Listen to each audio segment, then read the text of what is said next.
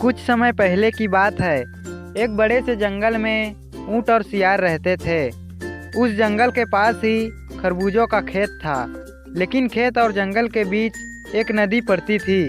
एक दिन दोनों ने सोचा कि आज तो नदी पार करके खेत में जाकर खरबूजे खाएंगे। दोनों ने एक दूसरे से सलाह ले लिया और खरबूजों की खेत की ओर चल पड़े। जैसे ही नदी के पास पहुँचे, सियार ने बोला, अरे ऊंट भाई, तुम मुझे अपनी पीठ पर बैठा लो, मैं भी नदी पार कर लूँगा, वरना ऐसे तो ये नदी मेरे लिए बहुत ही गहरी है।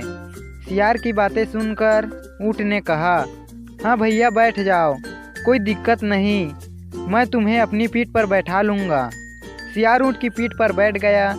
थोड़ी ही देर में उन दोनों ने नदी पार कर ली और खेत में पहुंच गए। जैसे ही वे खेत में पहुंचे तो उन्हें बड़े ही मीठे मीठे खरबूजे खाने को मिल गए। दोनों खरबूजे खाने में जुट गए। थोड़े ही देर बाद सियार का पेट भर गया और वह अजीबोगरीब आवाज़ निकालने लगा। मेरा पेट भर गया, मीठे खरबूजे थे, कहकर चिल्लाने लगा। यह देखकर ऊँट परेशान हो गया और बोला, अरे यार, अगर तुम ऐसे ही चिल्लाते रहे तो खेत का मालिक आ जाएगा और हमारी बहुत पिटाई होगी। लेकिन सियार चुप नहीं हुआ, वह चिल्लाता ही रहा। सियार का आवाज़ सुनकर खेत का मालिक आ गया। उसने दोनों को देख लिया और दौड़ाने लगा। खेत के मालिक को आता देख सियार झाड़ियों में छिप गया और ऊँट बेचारे को बहुत मार पड़ी, क्योंकि वह इतना बड़ा और लंबा था कि उसके लिए छिपना नामुमकिन था।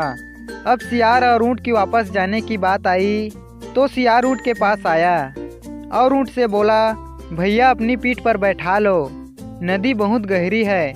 ऊँट ने उस वक्त तो कुछ नहीं कहा। उसने बोला, हाँ भैया बैठ जाओ। वह सियार को सबक सिखाना चाहता था। सियार ऊँट के पीठ पर बैठ गया। थोड़ी ही दूर आगे जाकर जब ऊँट नदी के बीचों बीच पहुँचा तो उसने जानबूझकर नदी में डुबकी ले ली। सियार ने उसे ऐसा नहीं करने के लिए कहा। उसने कहा कि अरे भाई, क्या कर रहे हो, मैं डूब जाऊंगा, ऐसा मत करो। तब ऊँट ने कहा, अरे वो क्या है ना भैया, भोजन करने के बाद अक्सर मेरे साथ ऐसा होता है, खाना ही हजम नहीं होता, क्या करूं, मेरी आदत है। सियार बहुत डरने लगा। बार बार ऊँट को मना करते गया, लेकिन ऊँट नदी में डुबकी लगाता गया। परिणाम स्वरूप सियार ऊँट के पीठ से फिसल गया और गहरे नदी में डूबने लगा। अब सियार को अपनी गलती का एहसास हो चुका था। ऊँट अच्छे दिल का था, उसने पानी में छलांग लगाकर सियार को बचा लिया। सियार ने अपनी गलती का ऊँट से क्षमा मांगा, फिर दोनों एक साथ रहने लगे। दोस्तों, इस कहानी से हमें सीख मिलती है कि हमें सबके साथ अच्छा व्यवहार करना चाहिए, क्योंकि हम जैसा ही करेंगे वैसे ही हमें लोग मिलेंगे। जैसी करनी वैसी भरनी।